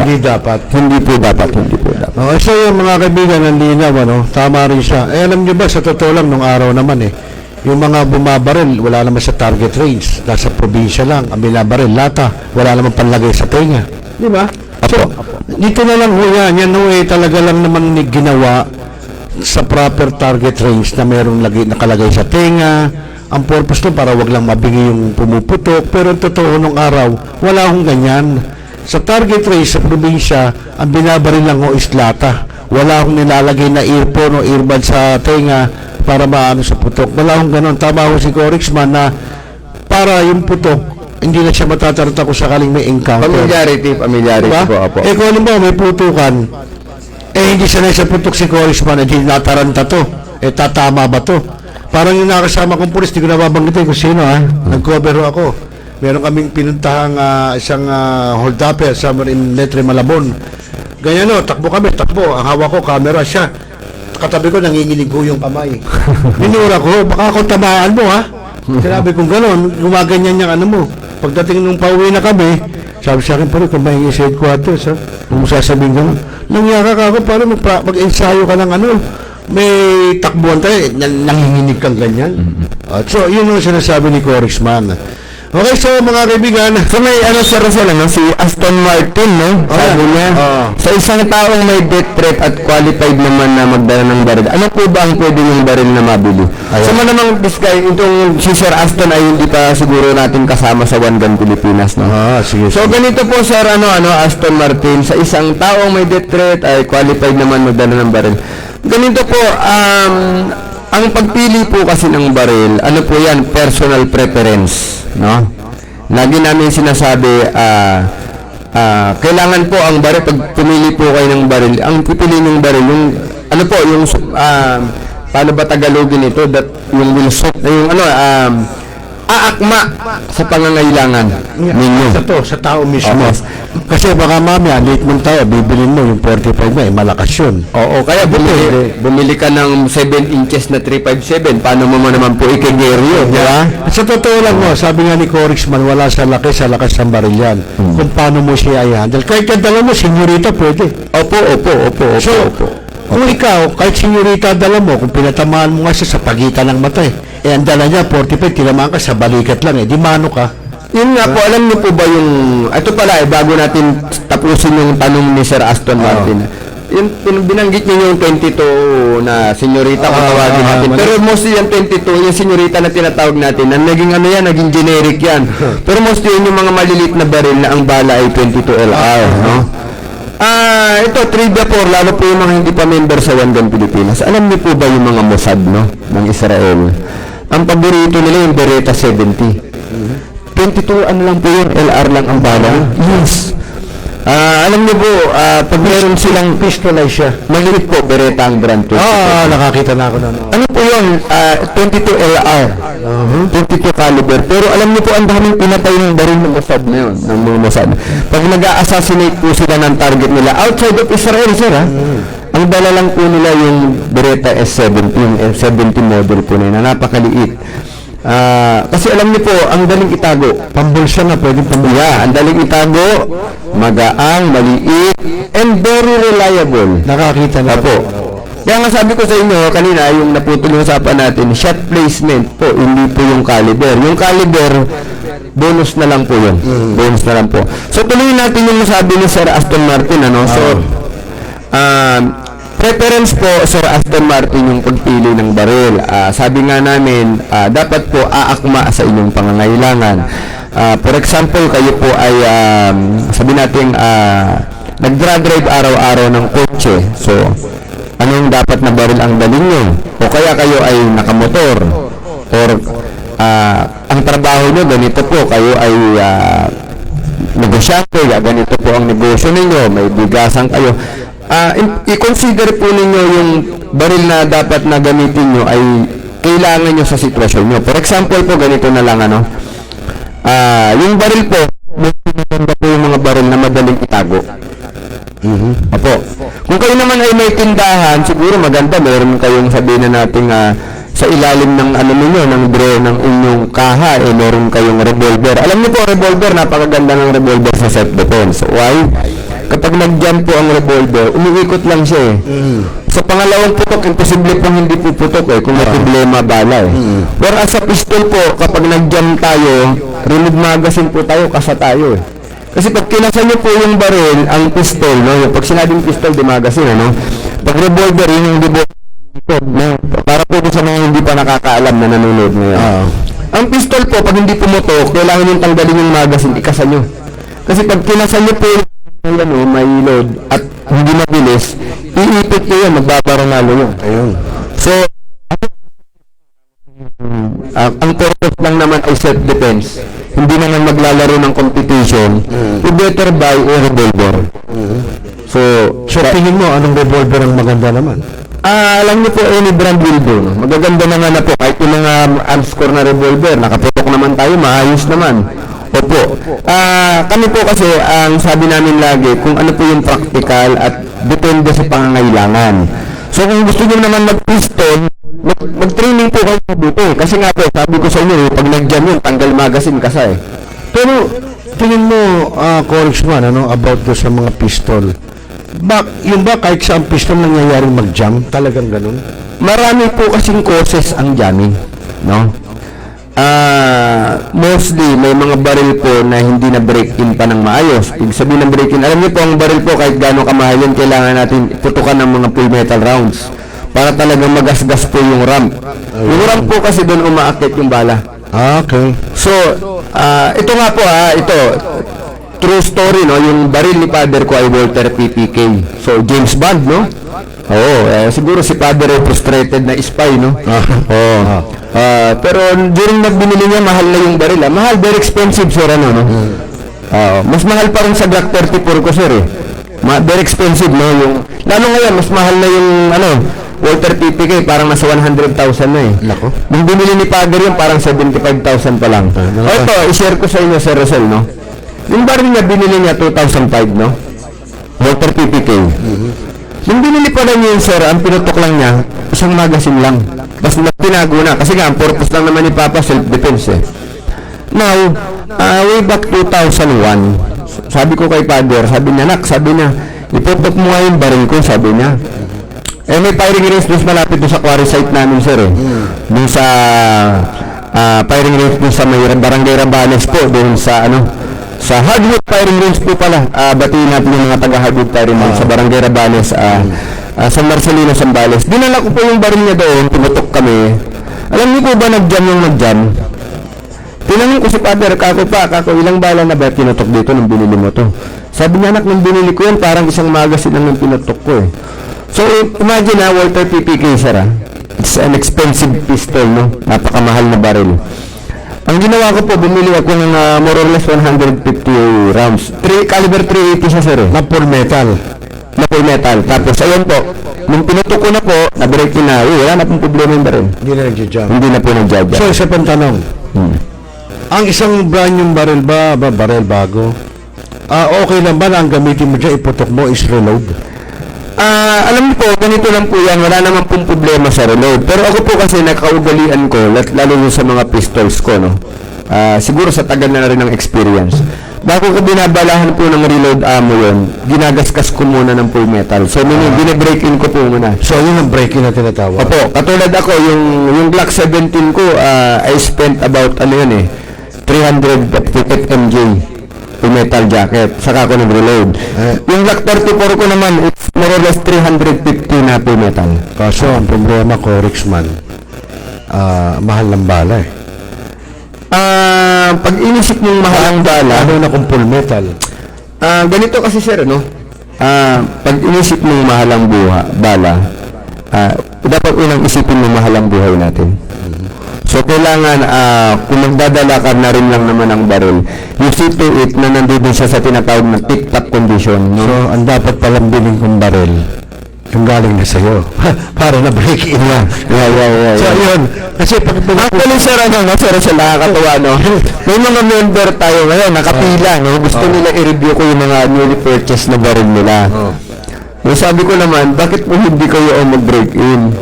Sabi niya, kasi sir, siguro normal, dahil sir, gusto ko kasi mapanood yung baril ko, ibinablog mo. So,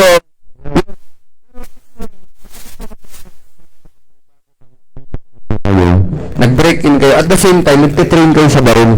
Marami po tayong member dito na nung bumili ng baril, nagkaroon ng permit to carry. Diretso po sinamahan ko sa firing range. Diretso ko tinuruan, diretso na rin nagbe-break in ng baril. So yun ang one of the best thing po, pag kayo nag-break in ng baril, isabay nyo na rin yung training. Talagang pag-aralan na ninyo yung baril nyo. Ayun. Linaw,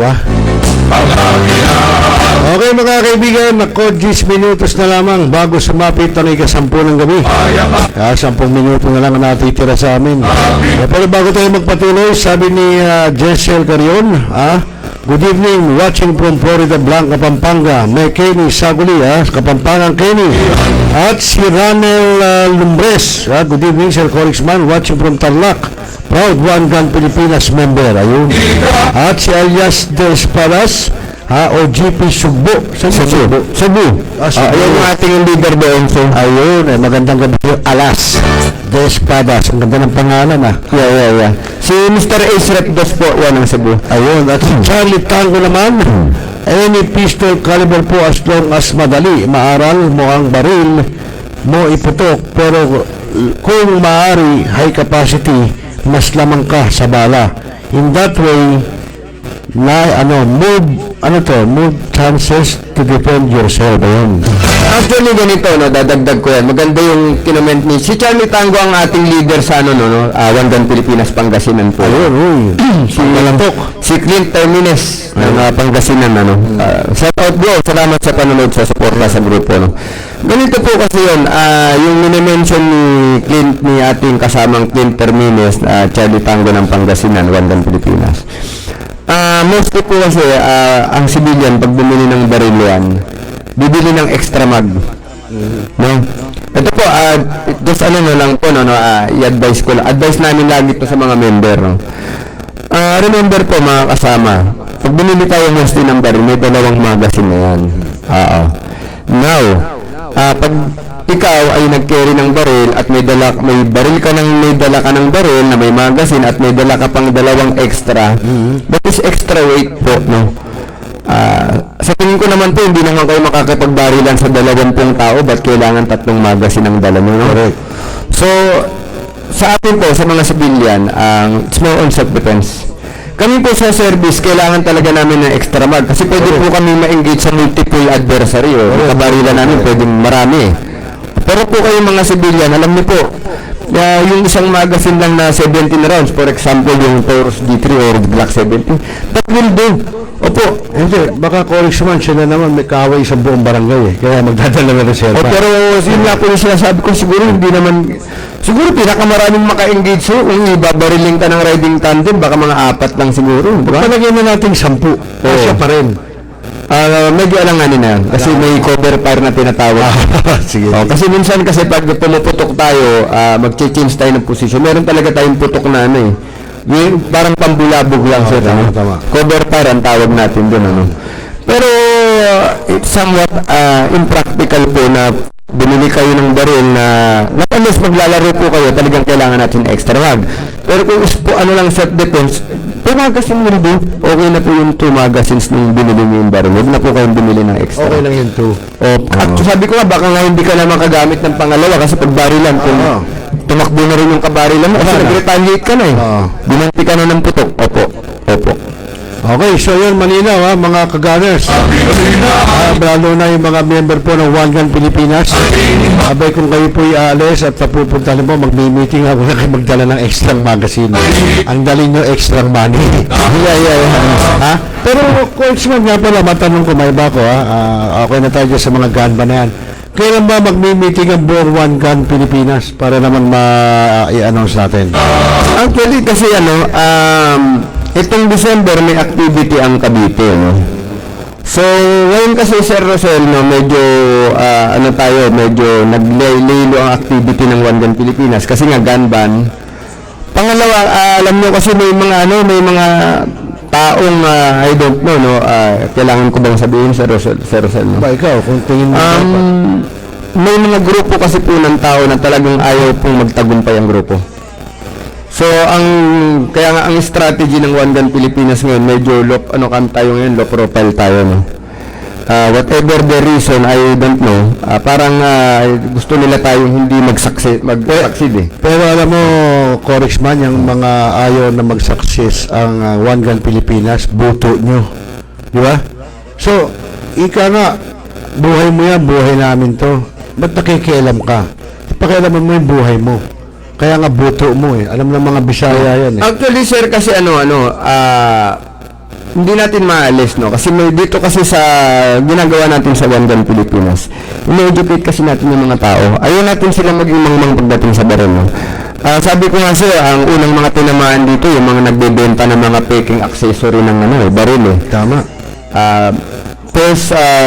Parang January or February, January this year, no? Maraming nag-member sa atin na nung una hindi naniniwala sa atin, Sir Rosel. Kasi right from the start, nung nagsisimula kami ng admin ni AJ, lagi namin sinasabing, iwasan niyang mga online transaction. Oo. Ito na nga po ang isang lagi namin, meron po kaming case niyan, bagong member, nung January sumali sa atin. Binentahan po siya ng weapon light, sir. Alam niyo, nakikita niyo mga flashlight sa ilalim ng baril. Correct. So, binentahan siya online. Ang sabi nung nag-post, reason for selling, decluttering. Ngayon, bawas kalat. So, ang halaga po ng weapon light sa ngayon po, nasa 20,000+, no? Surefire po ang brand, no? Mahal. Pero kahit na yun lang. Opo, yung katulad yung weapon light na nakakabit sa Glock ko, di ba? Mahal po yung Surefire kasi ano po talaga yun, talagang sabihin natin na standard. Iba po yung quality, no? Mataas yung quality. Pero nung medyo na hindi ko na kayang bumili kasi mahal nga po, nakita nyo, isang baril na halaga. Bumili ako ng medyo murang brand, yung string light. Medyo mas mababa ang presyo, no? Yung kwento ng member natin ganito po, pinost sa Facebook, no? So, ang sabi, decluttering, bawas kalat, binenta lang po sa kanya yung weapon light ng parang 12,000. Siyempre, ikaw, papapilan mo, sir, di ba, kalahati. Mura, sa 20. 20 plus, naging 12,000, ano? So, ang ginawa nung member natin, binayaran. Parang alam ko, Gcash eh. Binayaran, dineliver naman ng Lalamove yung weapon light. So, akala nitong nung kasama natin, original yung weapon light. May kakilala siyang marunong tumingin. Alam mo, sinabi nung kaibigan niya, pare, Lazada yan, hindi original yan. Pinakita niya yung packaging. Kasi may packaging, sir eh.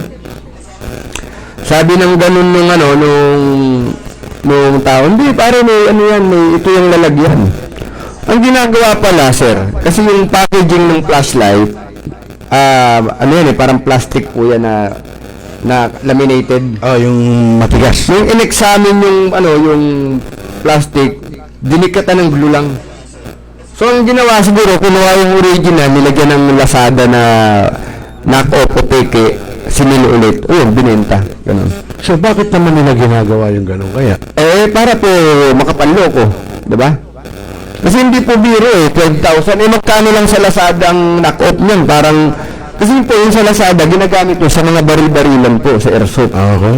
Pag ginamit mo sa tunay na baril yun, baka mapundi yun, maghiwalay po yun. Sa bagay. Diba kasi hindi naman pang totoong baril. Pero ito nga po yung nakakalungkot. Katulad po yung mga, alam niyo po yung mga optic sight natin, yung mga branded na optic sight. Ang dami rin po sa basako niyan na mga pang airsoft, no? Binibenta po. Yun, kasi mga kagunners, mga katropa, iba ho ang pang-airsoft. No? Ito ho kasi, pagka pumuputok ang tunay na baril, may yanig yan eh. Iba yung pressure per square vibration. Iba po. Yan. Tama si Corix. Mga pag yun ang ginamit nyo, pagputok nyo, pundi ilaw, magkakalas. Actually before, sir, may kwento ko niyan, way back 20... May airsoft ako dati nag-lock. Nung baril ako na sir, yung binigay ni father sa akin, yung Tanfolio Stock 3 na 9mm na panlaro na pistol. Yung weapon light na surefire ko na pang Glock, ikinabit ko po dun sa sa 9mm ko na na Tanfolio. Pumutok po ako ng mga 50 po, hindi na umilaw yung Napunde. Kasi nga po, pang airsoft. Okay. Pero makamukha po, nakalagay talaga, Surefire X300 talagang. May laser pa yun. Sabihin, imitation lang siya talaga. Pang airsoft po talaga. Hindi siya talaga pang live na. Pang airsoft lang. So, may kanya-kanya talagang Opo. So, yan mga kagunners, alam nyo na. Baka mamaya, ang mabili nyo is pang airsoft, kailangan magtanong kayo sa eksperto. Yung nakakalam ng baril, no? Nasabi nga ni Corixman, may talagang pang-airsoft, yung sinasabi natin, may pantunay na baril. Kasi yung tunay, may vibration niya, may yanig yan. Hindi ko tulad ng airsoft. Tuk. Ako sir, marami na akong eksperimento dyan. Ito, bigyan ko kayo ng totoong kwento ha. Nung araw po kasi wala tayong perang pambili. Meron po akong yung kung tawagan natin, Baby Armalite, no? Mas kilala natin sa Baby Armalite, hindi M4, no? So, meron po akong rifle noon na M4, no? May mga pang-airsoft na, yung handguard, no? Yung plastic. Mahal po kasi nung araw, mahal na talaga. Mahal na. Ang ginawa ko po, nag-experiment ako, bumili po ako nung imitation. Ang ganda ng brand, Magpul yung brand, talagang ganda. Pumutok po ako ng 3 magazine na magkakasunod. Alam niyo po ba na hiniwalay yung handguard? Buti kong mahawakan yung barrel ng M4 kasi po natunaw. Opo, iba po talaga yung panglaruan, iba po yung pang totoo. Kasi mainit din yung canyon nun, yung pulo. Ito mo nakakabit yun eh. Kaya yan po, sinishare ko sa mga member natin yung mga nakakatawa experiment ko na yan. So sabi nga ni Corix mo, huwag nyo lang gawin, huwag nyo lang subukan na yung hindi naman talaga dapat sa baril na yun, yung ilalagay nyo, opo. Wag na ho. Wag na po. Baka mamaya, maghintay lang tayo, magka-depresya pa baril. Madisgrasya pa ho kayo. Yun. Okay na mga kaibigan. Naku, 10:05 na. Medyo magpaparam na kami ni Corixman. Ay, batiin pala natin yung ating kasama sa Wandan Pilipinas, Cavite, no? Sa ang ating leader doon, si Sir Arlie Villarosa. Yan, brother mo sa Eagles to, sir, si Arlie Villarosa. Yeah. At tapos mga kaibigan, bibigyan natin ng last word si Corixman.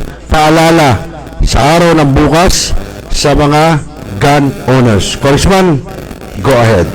So yun, mga kasama, lalo itong mga legitimate firearm owner, no, alam naman po natin kung gaano kahigpit ang batas pagdating po sa pagdadala ng baril, lalo ngayong eleksyon, ano.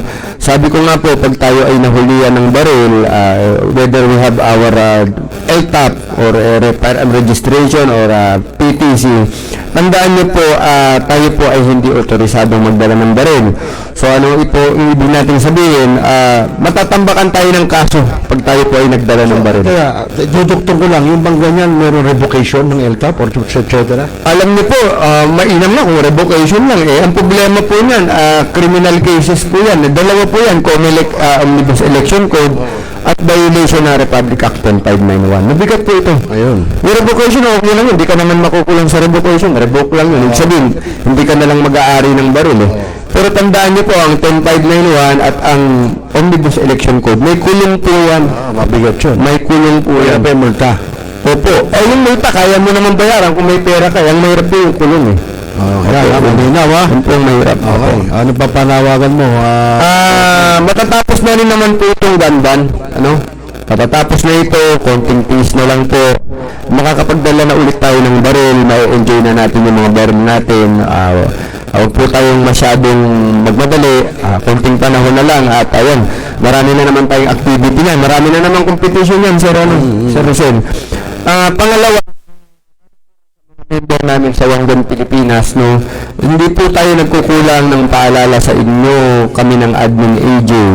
Ito, may kasama pa tayo ngayon na Millennial Online TV, no? At dito na po tayo nagbo-broadcast na rin, no? So, inaabot na po namin kayo sa lahat ng uri ng pamamaraan na platform. Kaya sana po, isa puso po natin yung mga itinuturo sa grupo para po sa kapakanan din po nating lahat. Yun din po, paalala rin din sa mga kasamahan natin na yun na nga po, expired na yung mga LTAP at firearm registration. Sabi nga po namin, kung hindi nyo po yan ma-renew muna for the meantime, ay surrender na lang muna ninyo sa mga police stations na nearest police station kung saan po kayo nakareside, no? Para iwas problema, para po kung hindi na kayo kakatukin kasi nakasurrender naman ang baril sa police station, ano? Tama. At pangatlo po, namin batiin yung ating mga chapter leaders natin from Pampanga, si Sir Lea Ronson, ang ating Charlie Tango ng Pangasinan, si Clint Termines, Janico Chumping ng ating Wanggang Pilipinas Cordilleras, ang ating Cebu, Israel Dos, Alas de Espadas, Mindanao, Mandisel Miso, ng Independencias Pilipina, ang ating Arlie Villarosa ng Cavite, ang ating Admin AJ ng Samar. Oo. Yung mga leader natin sa Wanggang Pilipinas na nagpupunyagi. Hill Silvano ng ating Bicol, ang Buhang Guilde ng Bohol, no, mga kasama. Maraming salamat. Patuloy po tayo nagsasama-sama rito sa Wanggang Pilipinas sa iisa po nating misyon at adhikain.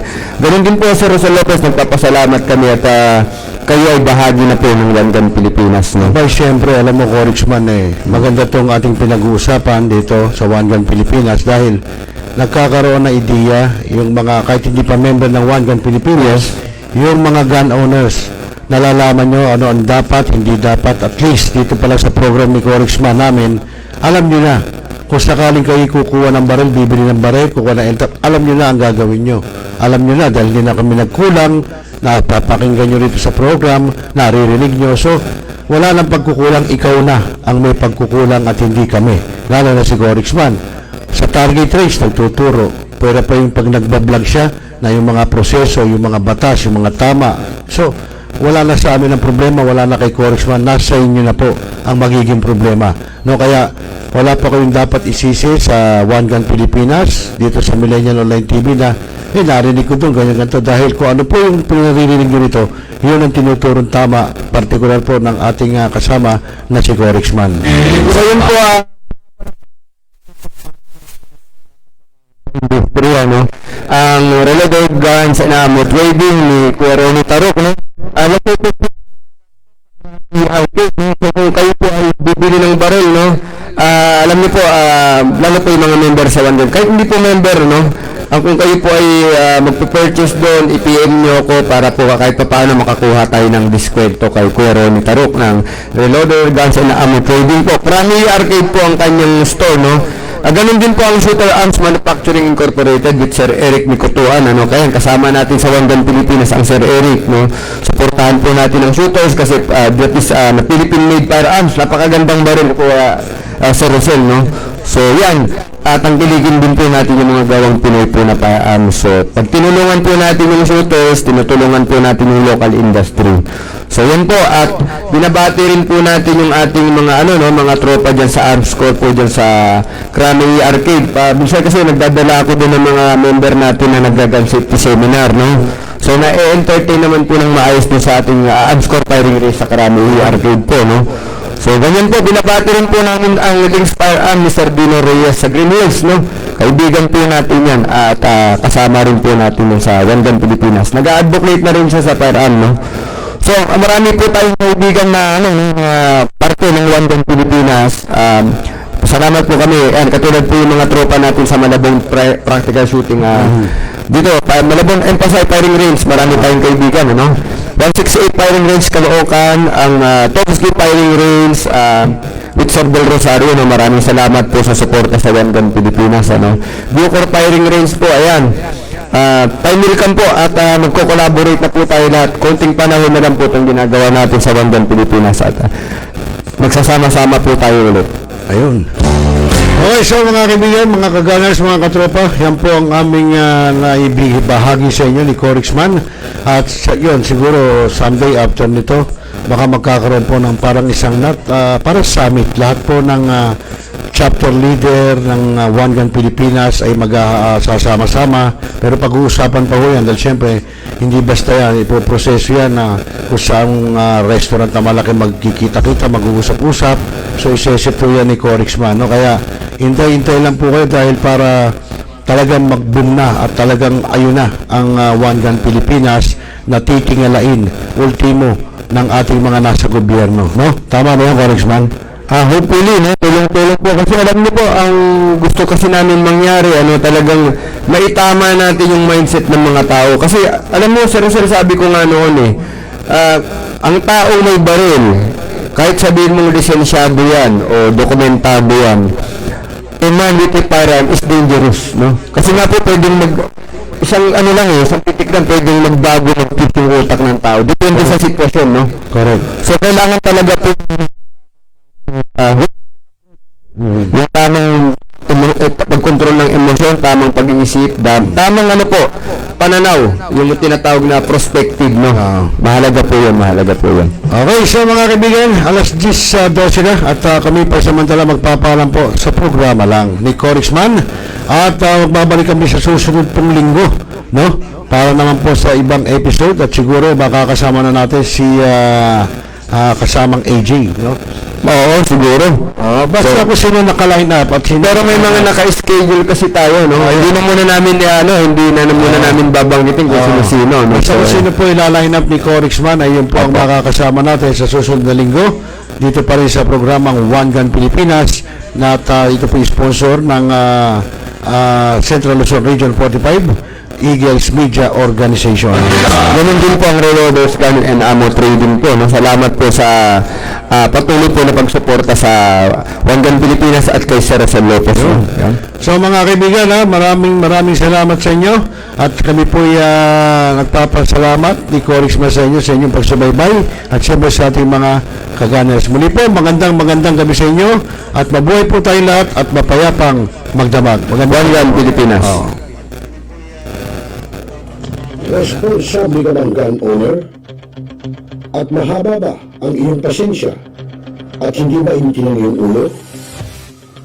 Alam mo rin ba ang batas? Hinggil sa paghihingi ng baril o firearms? Kung hindi, A responsible gun owner. Are you a responsible gun owner? Are you a responsible gun owner? Are you a responsible gun owner? Are you a responsible gun owner? Are you a responsible gun owner? The PNP Civil Security Group would like to advise all firearms holders to renew their license to own and possess firearms and firearms registration within 6 months before its expiry date.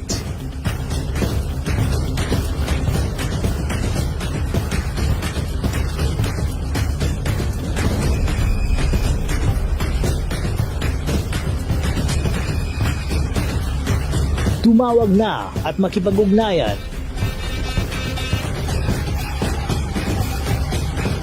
Be a responsible gun owner. One Gun Pilipinas ang sagot, mga katropa at kagangers. Tayo ituturo sa inyo ng One Gun Pilipinas o OGP ang lahat ng legal na paraan at proseso upang ikaw ay maging isang responsableng gun owners.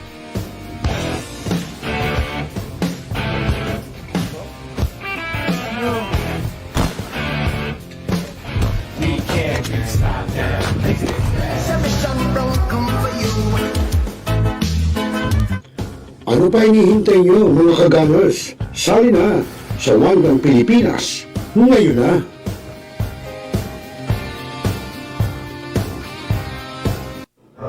Hi, this is Hilary Gadon. Nananawagan ako sa ating mga katropa, no? At mga kaibigan, mga kababayan na palaging tumutok sa Millennial Online TV. At yan ay pinangunahan at yan ay pinangangasiwaan ng aking kaibigan na si Rosel. At ang mga nanunood dyan ay hindi bobo! Sa lahat ng bumubuo ng Millennial Online TV at sa lahat po ng sumusuporta, maraming salamat po. Millennial Online TV is now signing off.